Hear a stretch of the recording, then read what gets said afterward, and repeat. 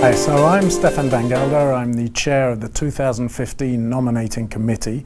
I was a member of the 2013 Nominating Committee and the chair-elect of the 2014 Nominating Committee. So that shows the leadership succession that's built into the Nominating Committee, which is a committee that selects for key leadership positions within ICANN, positions on the board, the GNSO, ALAC, and the CCNSO.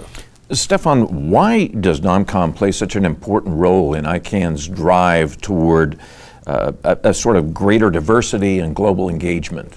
Because we need people that are not ICANN insiders to help us being the ICANN community, do our work. It's very important, as ICANN grows more international, that it has a more faithful representation of that international community.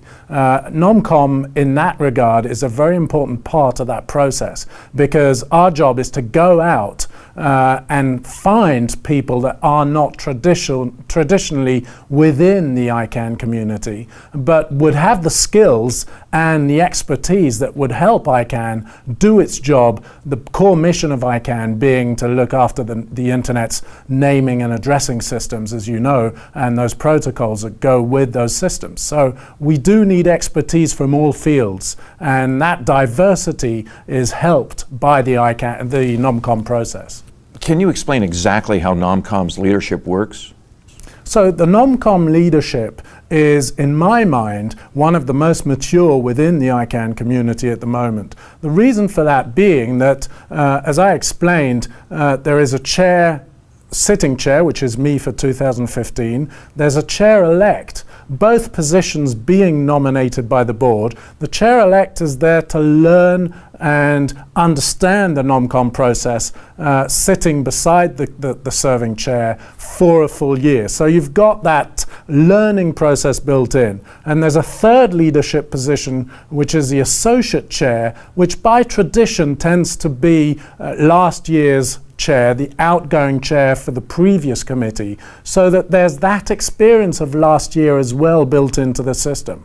That's the choice I've made this year in selecting Cheryl Langdon-Orr as associate chair for this year. She unfortunately could not be with us today, and the chair-elect has not been selected yet. Otherwise, we would have been having this conversation with all three of the leadership team. What are the changes you've seen in noncom over the years?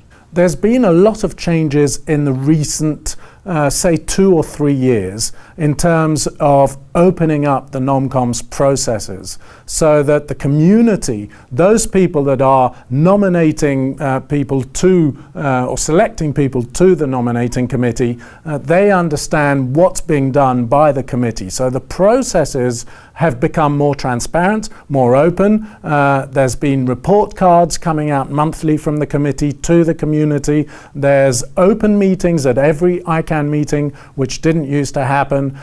There's been more engagement with the community. Last year, there was a review process, an internal review process initiated, which helped the community understand how the people it selected for the NomCom behaved, how they worked within the NomCom process. So all those things are NomCom initiatives that we are trying to work into the system to make sure that the NomCom is more transparent, bearing in mind that there's one thing that we keep secret, and that's candidate data. It's for obvious reasons. There's full and complete confidentiality with regards to the candidates themselves and their application process. What position specifically is NomCom 2015 recruiting for? ALAC, the At-Large Advisory Committee, we are looking to fill seats from Africa, or looking to